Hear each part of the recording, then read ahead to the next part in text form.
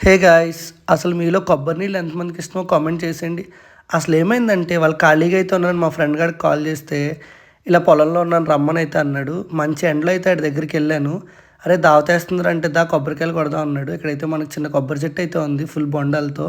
మనం ఆగుతామో అది చూసాక నేనైతే వెళ్ళాను. కొబ్బరి చెట్టు అయితే మనం ఎలాగో ఎక్కలేము, హెచ్చులకు పోము కాబట్టి అక్కడ ఒక కర్ర తీసుకుని అయితే కొబ్బరి బొండాలు రాల్చడానికి ట్రై చేశాను.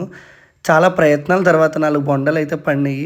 అవైతే మంచిగా తీసుకుని లోపల షెడ్‌లో అయితే కూర్చున్నాము. అక్కడ కత్తి కోసం వెతికాను. అక్కడ అలాంటి ఆయుధాలేం లేవు. సో, మన ఆయుధం మన బుల్లెట్ కీ ఉంది. సో, దాన్నే ఆయుధంగా మార్చుకొని శుభ్రం కొబ్బరికాయనైతే మొత్తం నీట్‌గా అయితే ఒలిచేసాను.